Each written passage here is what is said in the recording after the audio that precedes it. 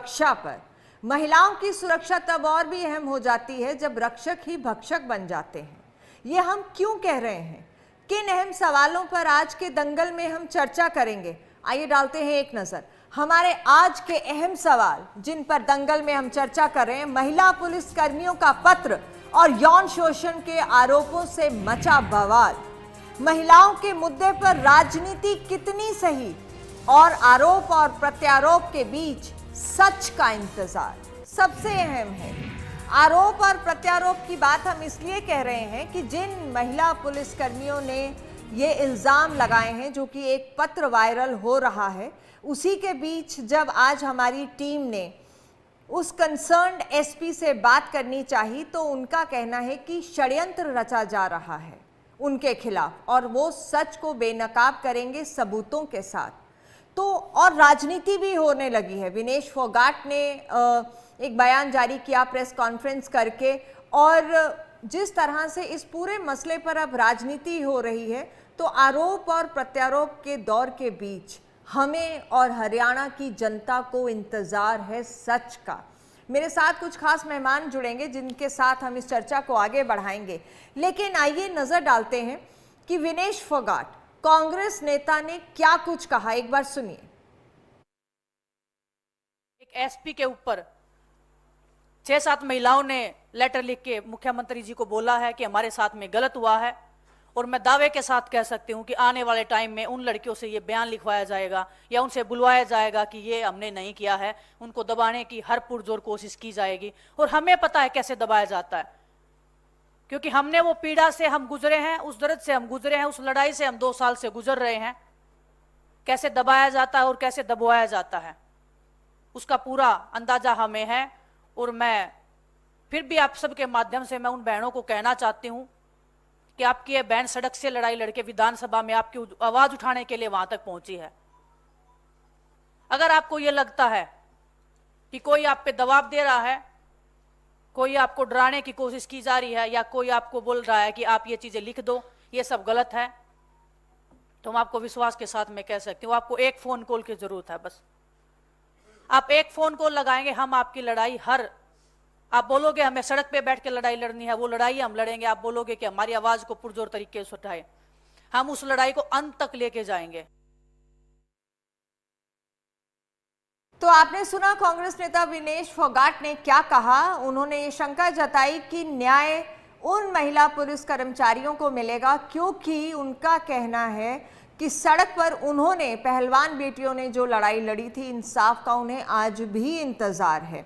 मैं आपको बता दूं कि कुछ जींद की महिला पुलिस कर्मचारियों का एक लेटर वायरल हो रहा है, तथाकथित लेटर कि ये महिला पुलिस कर्मचारियों ने लिखा है, जिसमें यौन शोषण के आरोप जींद के एसपी पर गंभीर आरोप लगाए गए हैं और कुछ महिला अधिकारियों पर भी कि वो इसमें उनका साथ दे रही हैं। बहुत सेंसिटिव इशू है, महिलाओं की सुरक्षा से भी जुड़ा है, और अगर ऐसा हो रहा है तो शायद ये अपने आप में बहुत बड़े सवाल खड़े करता है। मुख्यमंत्री नायब सैनी ने इसके बारे में क्या कहा, क्योंकि होम डिपार्टमेंट उनके पास है और ये जो खत वायरल हो रहा है ये भी सीधा उन्हीं को एड्रेस किया गया है।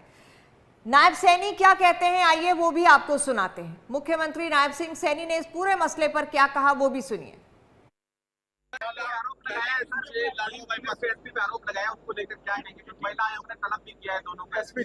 जांच चल रही है सर, आरोप लगाया है एसपी पे आरोप लगाया, उसको लेकर क्या है कि महिला आयोग ने तलब भी किया है दोनों को एसपी जेल पे। जांच चल रही है। सीएम मुख्यमंत्री नायब सैनी से जब ये सवाल किया गया इन कर्मचारियों को, महिला कर्मचारियों को लेकर कि उन्होंने इस तरह के इल्जाम लगाए हैं, तो उन्होंने कहा जांच चल रही है। Doctor Krishan Middha, deputy speaker और जींद के विधायक, आज उनसे मेरी बातचीत हुई, उन्होंने इस पूरे मसले पर क्या कहा एक बार वो भी सुनना बेहद जरूरी है। आइए आपको सुनाते हैं। आप जींद से विधायक हैं, तो यहाँ पर अभी ये जो मामला बहुत चर्चित हुआ है, जहाँ पर एक लेटर वायरल हो रहा है और महिला पुलिस कर्मचारी ने आरोप लगाए हैं, हालांकि मुख्यमंत्री ने कहा है कि इंक्वायरी होगी, आपका क्या कहना है, क्योंकि आप वहाँ के विधायक हैं? देखिए, इंक्वायरी तो प्रारंभ हो चुकी है और मेरा भी उसमें जिक्र है। मैं आपको ये बताना चाहूंगा, उषा नाम की बिटिया मेरे पास आई थी। जी। उसका नाम उषा था, लेकिन उसकी तरफ से कोई कंप्लेंट नहीं है और मुझे नहीं लगता कि इस कंप्लेंट में कोई ज्यादा असर है, क्योंकि मुझे लगता है कि कुछ ना कुछ ऐसा गलत चल रहा है जिसकी वजह से कोई बदनाम करने का किसी को बदनाम किया जा रहा है। तो मुझे उम्मीद है, लेकिन इंक्वायरी चल रही है, इंक्वायरी में दूध का दूध और पानी का पानी होने का काम करेगा। अगर ये मामला किसी शरारती तत्व का है तो उसको भी इस बात का सजा भुगतनी पड़ेगी। तो आपने सुना जींद के विधायक कृष्ण मिड्डा ने क्या कहा। उन्होंने कहा इंक्वायरी चल रही है लेकिन मुझे लगता नहीं कि इसमें कोई सच्चाई है। इंक्वायरी पूरी होने से पहले ये कह देना कि इसमें कोई सच्चाई है थोड़ा सा अजीब जरूर है। इस पर और चर्चा करेंगे। इसी बीच हरियाणा महिला आयोग की चेयरपर्सन रेणु भाटिया से भी मेरी बातचीत हुई। उन्होंने क्या कहा, उनका कहना है कि उन्होंने डीजीपी को इस मामले में खत लिखा है और 29 तारीख यानी कि कल जो इन्वेस्टिगेशन टीम है और जो लोग हैं उनको समन किया गया है महिला आयोग की तरफ से। आइए वो भी सुनते हैं।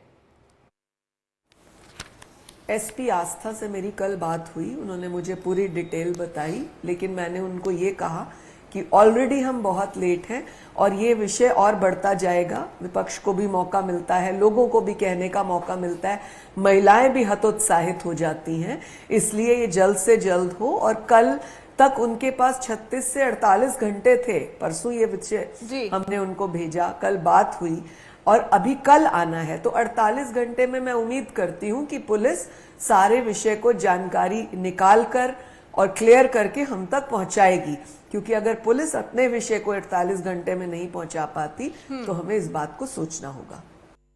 जी, आपने सुना रेणु भाटिया को।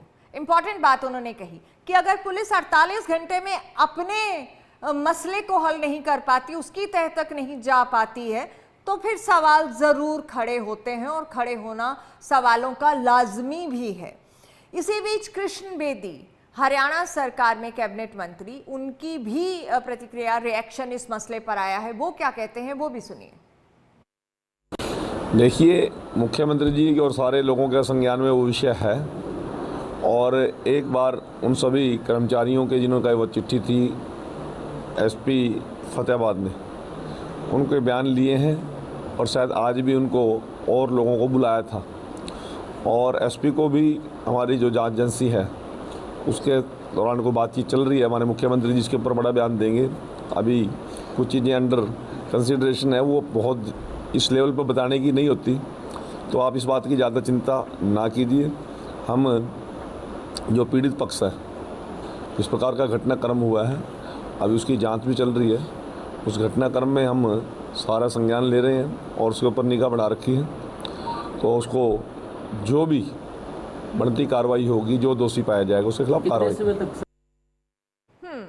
तो आपने सुना कृष्ण बेदी हरियाणा सरकार में कैबिनेट मंत्री, उन्होंने क्या कहा। चिंता की जरूरत नहीं है, चिंता महिलाओं की सुरक्षा को लेकर है और जब रक्षक ही भक्षक बन जाएं तो चिंताएं शायद ज्यादा हो जाती हैं। सच का इंतजार हमें और हरियाणा की जनता दोनों को है कि सच क्या है और दोषियों को सजा जरूर मिलनी चाहिए। मेरे साथ खास मेहमान इस चर्चा में शामिल हैं। अजयदीप लाठर हैं, वरिष्ठ पत्रकार, नेहा धवन हैं भाजपा से, कमल हांडा हैं कांग्रेस से और नागेंद्र परमार हैं जो कि हमें जानकारी देंगे कि वर्क प्लेस पर अगर इस तरह की चीज़ें होती हैं तो पोस्ट एक्ट के एक्सपर्ट हैं। नेहा धवन से आज सुबह भी मेरी चर्चा हुई और उन्होंने अपना पक्ष रखा था। अजयदीप लाठर, आपसे इस चर्चा की शुरुआत करती हूँ। सेवा में मुख्यमंत्री सर श्री नायब सैनी जी, निवेदन है कि मैं जींद में ड्यूटीरत एक महिला पुलिस कर्मचारी हूँ, अपनी ड्यूटी को बखूबी निभा रही हूँ, बिना खर्ची के मैंने ये नौकरी हासिल की है, लेकिन नौकरी में मेरा यौन शोषण हो ये मुझे बर्दाश्त नहीं। ये शब्द हैं उस खत के जो मैं पढ़ के सुना रही हूं, जो वायरल हो रहा है। सच क्या है, झूठ क्या है, इसका फैसला तो वक्त करेगा। अजयदीप लाठर, लेकिन सवाल गंभीर है, सवाल महिलाओं की सुरक्षा के साथ भी जुड़े हैं। देखिए नवजोत जी, ये एक ऐसा विषय है जिसमें मैंने भी एक बार मामला उठाया और मुझे उसकी काफी खामियाजा मुझे भुगतना पड़ा। मैं आपको बताऊं, चिट्ठी वायरल होना और चिट्ठी लिखे जाना हरियाणा में कोई नई चीज नहीं है, ये बहुत पुरानी चीज है। अगर आप पिछले दिनों का देखें तो एक डबवाली में अफसर तैनात थे, पुलिस अफसर, उनके खिलाफ जब इसी तरह के आरोप लगे तो सरकार ने रातों रात उनका तबादला किया और तब वहां पे जांच शुरू हुई। इस मामले में अभी तक किसी का कोई तबादला नहीं किया गया है। जो वहां मौजूद हैं उन्हीं के मतलब रहनुमाई में, वहां उन्हीं की मौजूदगी में जो जांच है वो चल रही है। जी अजयदीप जी, आपने बड़ा वाजिब सवाल उठाया है कि तबादला नहीं हुआ। ये सवाल मैंने भी सुबह उठाया था जी। नवजोत जी, अभी 5 मिनट पहले मेरे पास एक एफआईआर की कॉपी आई है जो जींद में एक जो महिला पुलिस थाने में वो दर्ज हुई है। और संभावना ये है, हालांकि मैंने वो भी क्रॉस चेक नहीं किया, संभावना ये है कि एक महिला सब इंस्पेक्टर ने उसको दर्ज कराया है और उसमें ये लिखा गया है कि जींद ब्रेकिंग न्यूज के नाम से कोई फेसबुक पेज है, उसके संचालक के खिलाफ वो एफआईआर की गई है कि आपने ये खबरें कैसे चलाई। मतलब मैं आपको ये कहना चाहता हूं, देखिए गुरमीत राम रहीम वो आज जेल में है, दुष्कर्म और हत्या के उनके ऊपर आरोप सिद्ध होने के बाद सजा याफ्ता है। उनके मामले में भी डेरे से चिट्ठी आई थी जो पत्रकार रामचंद्र छत्रपति ने अपने अखबार में छापी थी, जिसके बाद उनके ऊपर हमला होता है और उन्होंने कई दिन जीवन मौत के बीच जूझने के बाद दिल्ली अपोलो अस्पताल में दम तोड़ दिया था। फिर 2009 की घटना में बताता हूं, मैंने मधुबन का सेक्स स्कैंडल उजागर किया था। उस दौरान डीजीपी और एडीजीपी को हरियाणा सरकार ने फिर बाहर भेज दिया था सेंटर में, लेकिन डीजीपी को नहीं हटाया था। अपने अफसरों पे कार्रवाई करने की बजाय उल्टा मेरे खिलाफ एक के बाद एक मामले दर्ज किए थे।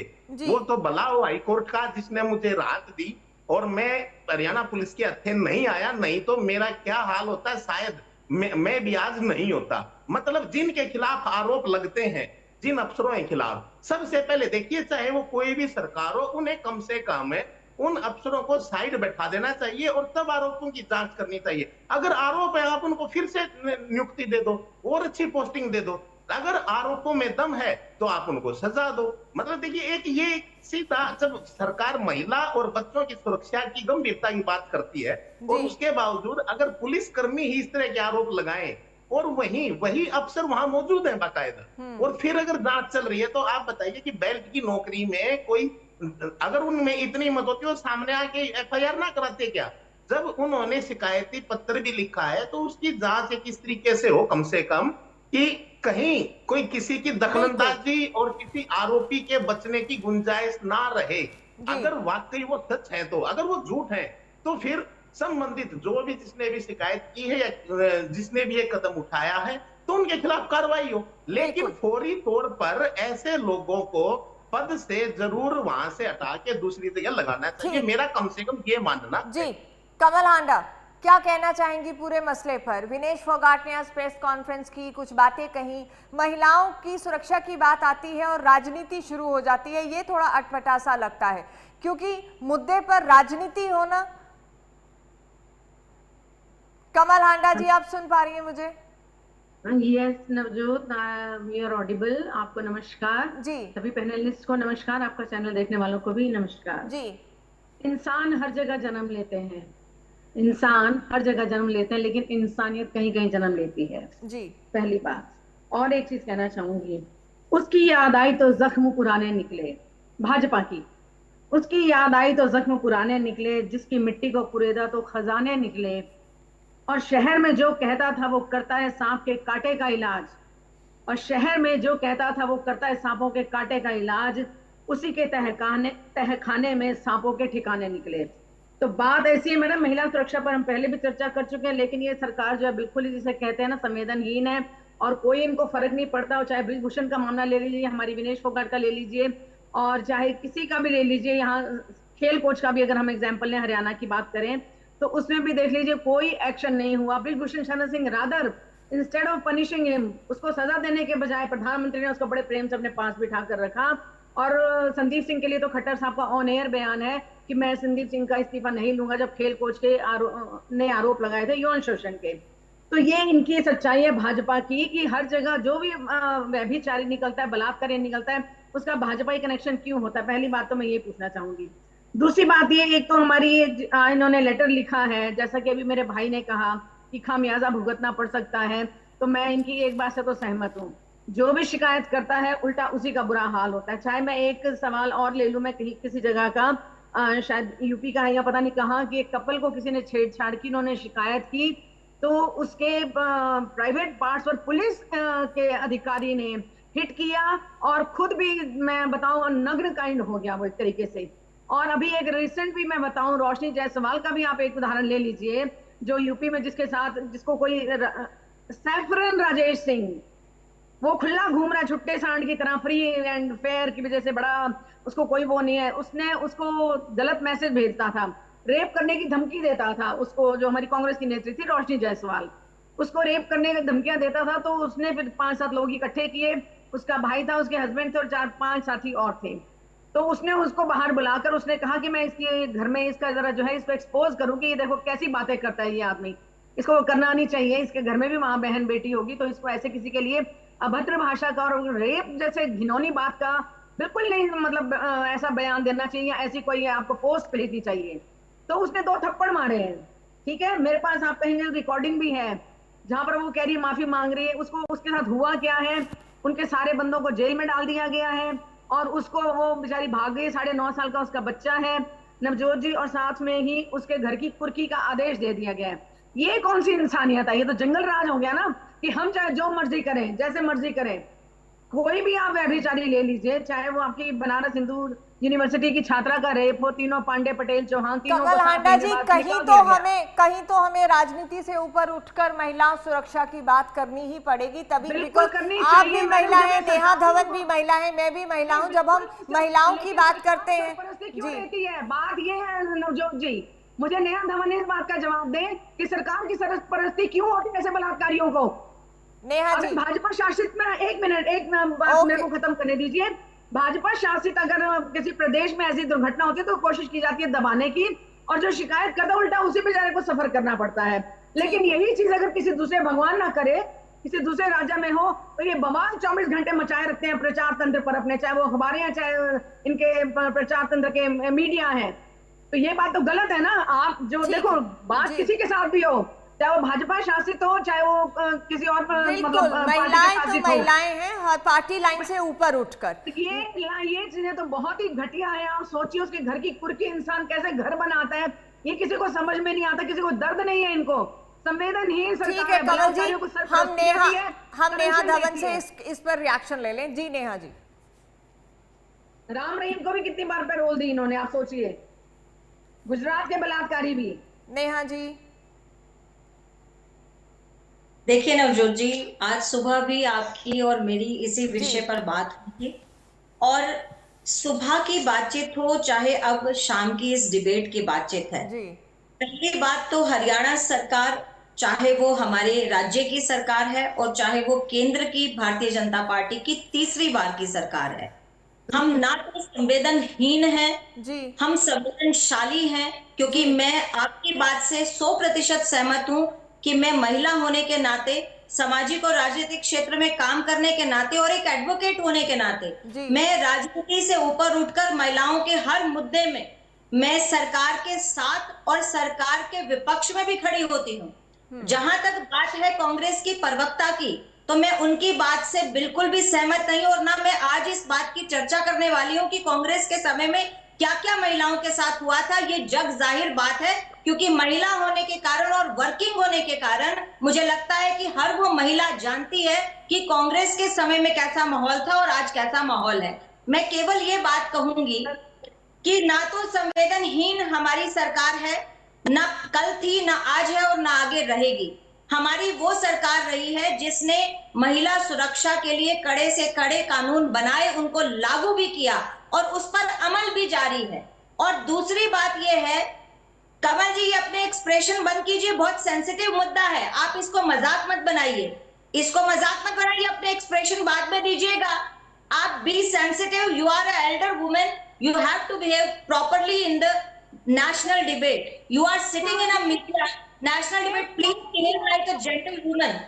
Please behave like a gentlewoman. not देखिए, आप दोनों संयम रखिए। अगर महिलाएं ही आपस में इस तरह से भिड़ेंगी, और इस सेंसिटिव इशू पर अच्छा नहीं लगता है, हम बड़े ही संवेदनशील मुद्दे पर बात कर रहे हैं। कमल जी, नेहा जी, रिक्वेस्ट है प्लीज इस मुद्दे पर थोड़ा सेंसिटिविटी दिखाएं हम और उस पर चर्चा करें। कमल जी, आपको पूरा मौका मिलेगा। एक बार नेहा धवन को बात खत्म कर लेने दें, मैं आपके पास आ रही हूँ। नेहा जी, जल्दी से प्लीज। नवजोत जी, जितना समय आपने अजय जी को और कांग्रेस को दिया, मैं उम्मीद करती हूँ कि सरकार को पक्ष रखने के लिए मुझे उतना समय जरूर दिया जाएगा। बिल्कुल। देखिए, आपकी बात हुई रेणु भाटिया जी से भी, आपकी बात हुई नायब सिंह सैनी जी से भी, आपकी बात हुई हमारे बेदी सर से भी। आपको मालूम है कि सभी ने ये बात का आश्वासन हरियाणा प्रदेश की जनता को दिया है कि महिलाओं के लिए जो भी कड़े फैसले हैं वो हम लेंगे। जांच जारी है। एक मैं छोटा सा आपको क्रोनोलॉजी समझाऊंगी नवजोत जी, बहुत जल्दी से। जब लेटर वायरल होता है उस पर तुरंत कार्रवाई शुरू होती है, और जींद का ये किस्सा है, और जींद को जांच के दायरे में रखना है तो फतेहाबाद के एसपी को ये काम सौंपा जाता है, और आस्था मोदी जी को ये काम सौंपा जाता है। वो खुद भी एक महिला है। लेटर के अंदर 7 महिलाओं का जिक्र आता है, लेकिन वो सातों की सातों महिलाएं मुख्य आरोपी नहीं है। मुख्य आरोपी का नाम तो इसमें है ही नहीं। और दूसरी बात, उन 7 महिलाओं के साथ साथ जांच के दायरे में अब तक 19 पुलिस महिला कर्मियों की बयान जो है वो दर्ज किए जा चुके हैं। मुझे लगता है कि जांच के अंदर कोई भी कोताहल नहीं किया गया है, कोई भी ऐसी बात छोड़ी नहीं गई है, और मैं पूरा आश्वासन देती हूं आपको कि जांच जो है वो सभी दायरों से दूर रखकर की जाएगी। चाहे ये पुलिस विभाग कर्मियों की जांच है और पुलिस विभाग कर्मी ये करेंगे, लेकिन ये विभाग माननीय नायब सिंह सैनी मुख्यमंत्री जी के कार्यक्षेत्र में आता है, इसलिए उनकी सीधी नजर जो है, सीधी बातचीत जो है वो इस जांच के अंदर है, और उनका पूरा का पूरा ध्यान जो है वो इस बातचीत पर है। और आप इस बात के लिए मैं बिल्कुल आश्वासन देती हूँ, बहुत जिम्मेदारी के साथ मैं ये बात कहती हूँ कि किसी भी महिला पुलिसकर्मी के साथ अगर ऐसी दुर्भावना के तहत उनका अधिकारी अगर इस तरह की बातचीत करता है तो उसको कड़ी से कड़ी सजा देने का प्रावधान हरियाणा सरकार करेगी। इससे पीछे नहीं हटेगी, क्योंकि अब तक हर एक मुद्दों पर, चाहे वो भ्रष्टाचार का मुद्दा था और चाहे वो अन्य मुद्दे से महिलाओं, हरियाणा सरकार ने हमेशा पहल दिखाई है और हमेशा स्टैंड लिया है। और कांग्रेस की प्रवक्ता को मुझे लगता है थोड़ा सा सेंसिबल आज तो हो जाना चाहिए। चलिए, पर्सनल कटाक्ष से बचते हैं, क्योंकि जिस मुद्दे पर हम चर्चा कर रहे हैं वो बड़ा अहम और सेंसिटिव है, महिलाओं की सुरक्षा की बात है। माफी चाहूंगी नागेंद्र जी, आपके पास आ रही हूं, लेकिन एक छोटा सा ब्रेक लेना मेरी मजबूरी है। इस चर्चा को हम जारी रखेंगे और समझेंगे कि ये सच बेपर्दा कब हो और जल्दी हो। एक छोटे से ब्रेक के बाद।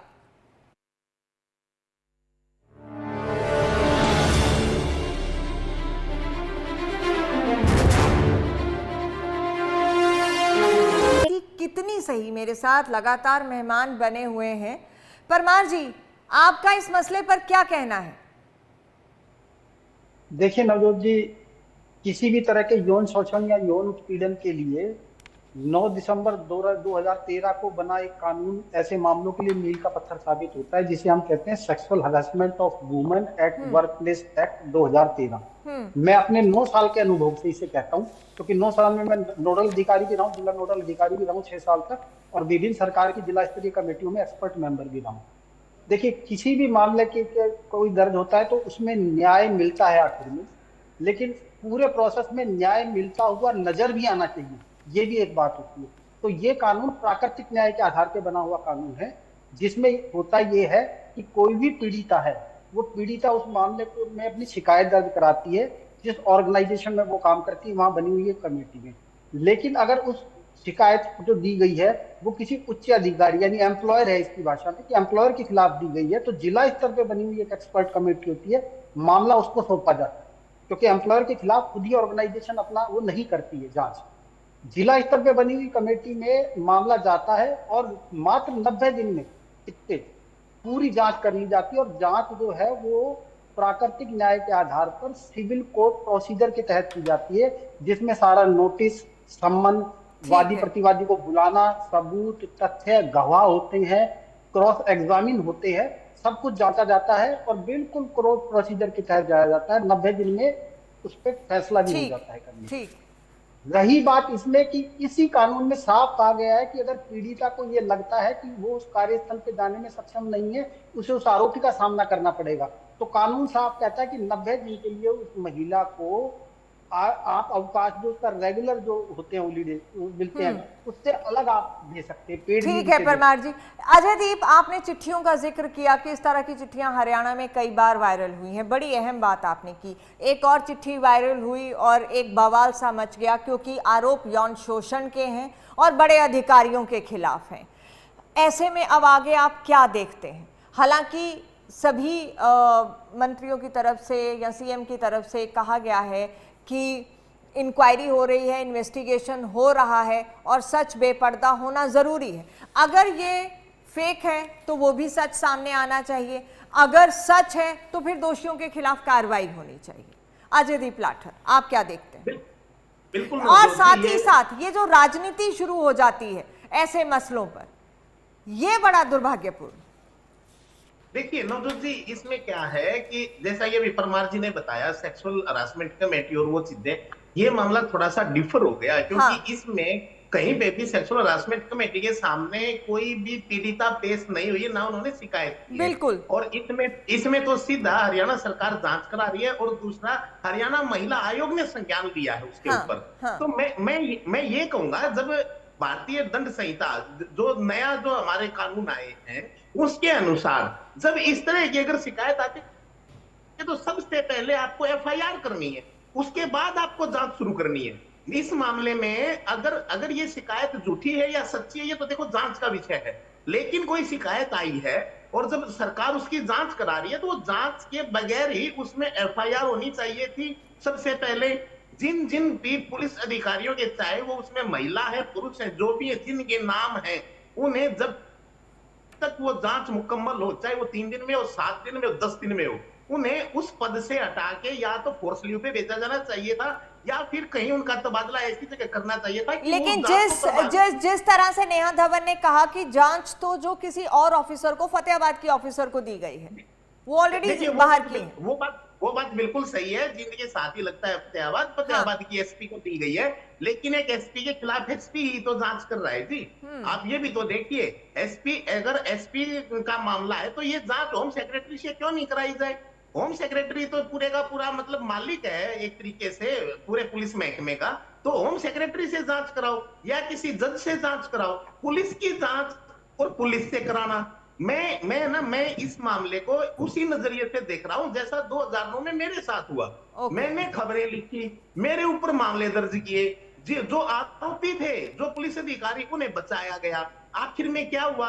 4 साल 5 साल मैंने कोर्ट के चक्कर काटे, माननीय कोर्ट ने मुझे बरी किया क्योंकि वो झूठे मामले मेरे ऊपर दर्ज कराए गए थे। तो वो चीजें अब न्याय जो है ना, लेकिन उन पुलिस अफसरों का तो कुछ नहीं बिगड़ा ना। हालांकि वो आगे के लिए सचेत हुए, वो एक अलग बात है। मुझे उसी चीज की खुशी है कि वो बाद में वो कृत्य नहीं कर पाए जो करते वो उस समय तक करते थे। लेकिन आप ये देखिए, इस मामले में भी इस मामले में भी जो है जांच जैसा है ना, जैसा परमार जी ने बताया कि इस ऐसे मामलों में रिजल्ट नजर आना चाहिए, सजा क्या दी जा रही है, किसे दी जा रही है, वो पीड़िता को महसूस होना चाहिए, वो दिखाई देना चाहिए। तो इस मामले में सख्त मतलब फौरी तौर पे तुरंत जांच होनी चाहिए। ओके, कमल जी आप कुछ कह रही थी? कमल हांडा जी, मैं ये कह रही थी कि ये हमारे सुप्रीम कोर्ट के जज भी कहते हैं कि न्याय सिर्फ होना ही नहीं चाहिए बल्कि नजर भी आना चाहिए, जो कि हमारे भाई अजय लाटर जी ने कहा। मैं उससे सहमत हूँ और लेकिन कुछ बातें कहना चाहूँ। इन्होंने कहा सच सामने हम लाएंगे, या तो उनकी नौकरी जाएगी या उनको प्रताड़ित किया जाएगा किसी न किसी तरीके से, और बात उल्टी ही उन महिलाओं पर जाएगी, नंबर 1। दूसरी बात, कौन कौन सी धाराएं उन पर लगाते हैं, जैसे कि इन्होंने लगा दी, रोशनी जायसवाल पर लगा दी झूठी धाराएं, और उसको अंदर कर, और वो बेचारी भागी हुई है, 9.5 साल के बच्चे से भी जुदा है, उसे घर को भी कुर्की पर लगा दिया। ये तो कोई न्याय नहीं है। दिनेश फोगाट को हमने क्या न्याय दिया था? मैं जरा पूछना चाहूंगी भाजपा की प्रवक्ता से, जो झूठ पर झूठ बोलती चली जाती हैं, इनको जरा सी शर्म नहीं आती और संवेदनशील कहती है अपने आप को, संवेदनहीन है आपकी सरकार। दिनेश फोगाट के साथ आपने क्या न्याय दिया? और जो पोक्सो था वो ब्रिजभूषण की 10-10 गाड़ियां उस बच्ची के घर के ऊपर घूम वेट कीजिए। आवश्यकता है आवश्यकता है आपके बीच साथ में यहाँ पर बैठा करें, आप अपनी गतिविधि करिए। ये मेरे साथ खेलिए कि आप कांग्रेस की बात नहीं पहुंचने देते। विषय की गंभीरता को समझिए। मेरा आपसे निवेदन है, इस विषय की गंभीरता को समझिए। समझिए, आप रात नहीं समझिए इस विषय को। समझा करें, कृपया कर आप बातचीत करें। आप तो नहीं। मेरी आप दोनों से गुजारिश है, एक एक करके बात कर ले। मामला अगर महिलाओं से जुड़ा है तो थोड़ा सा सेंसिटिव होकर बात करना बेहद जरूरी है। इट वाज माय टर्न, मेरी बात नहीं पहुंचने देते, यही तो प्रॉब्लम है इन भाजपाइयों में। मैं बात रख रही थी, मैं बात कर रही थी, इसलिए मुझे बोलना पड़ेगा, मुझे अपनी आवाज उठानी पड़ेगी, क्योंकि आजकल की महिलाएं ही महिलाओं की दुश्मन होती है, महिलाओं को काम नहीं करने देती है। झूठ को सुना, अब सच सुनो, सच बोलने दो। हम ज्यादा अपने आप को don't try to dominate me, don't you dare to dominate me, समझी? फिर जाके केवल इंग्रजी से शिकायत करने चली जाती है। कभी कहती है कमल हांडा से डिबेट नहीं कर रही, कभी कहती है मैं केवल इंग्रजी को शिकायत करूंगी। चलो, जिसको करनी है कर लो। आप थोड़ा सा संयम से बात कर लें दोनों, ताकि बात सामने आ जाए। हर मसले पर और महिलाओं के मसले पर राजनीति सही नहीं है, मेरा ये कहना है। महिलाएं अगर हैं, महिलाओं के मुद्दे पर बात कर रहे हैं तो पार्टी लाइन से थोड़ा ऊपर उठ के बात करें, अच्छा लगेगा। फैक्ट सामने नहीं आने देना चाहती, इसीलिए बीच में बोलते हैं ये लोग कि फैक्ट जनता के सामने न जाएं। मैं अपनी बात रख रही थी, मैं कह रही थी 19 महिलाओं के बयान इन्होंने कहा कि लिखे गए, लेकिन नाम नहीं आया। एसपी सुमित कुमार है शायद जो उनका नाम है। पहली बात तो ये बता दो। रेणु भाटिया कहते हैं विपक्ष को मौका मिलेगा। अरे शर्म आनी चाहिए आपकी महिला कमीशन की जो अध्यक्ष बैठी है कि विपक्ष को मौका मिलेगा। नेहा जी एक सेकंड में आप कमल हांडा प्लीज रिक्वेस्ट है, आप 20 सेकंड में अपनी बात खत्म करिएगा। मुझे नेहा जी से भी जवाब लेना प्लीज। जो थी मेरी टांग थी, रेणु भाटिया कहती है विपक्ष को मौका मिलता है। मगर कैसे स्टूपिड बयान दिया है, कितना लापरवाह और कितना गैर जिम्मेदार दिया है रेणु भाटिया ने। आप दोनों की आवाज क्लियर नहीं आ रही है, मेरी रिक्वेस्ट है आप थोड़ा शांत हो जाएं।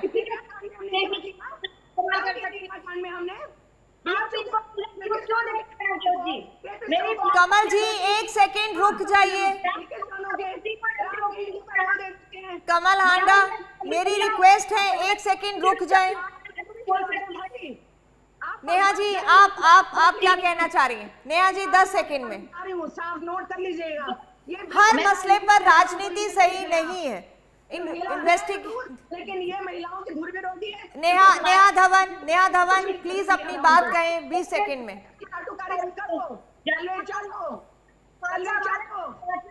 आपको पता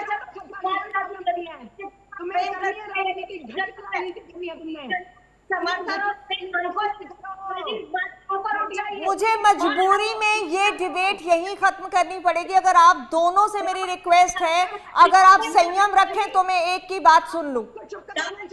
इन्वेस्टिगेशन हो रही है तो इंतजार करके सच सामने आए उसका इंतजार करना होगा, ना कि राजनीति शुरू करनी होगी। माफी चाहूंगी। अजयदीप लाठर 10 सेकंड में कंक्लूड करेंगे, जल्दी से 10 सेकंड में। अजयदीप लाठर जल्दी से 10 सेकंड।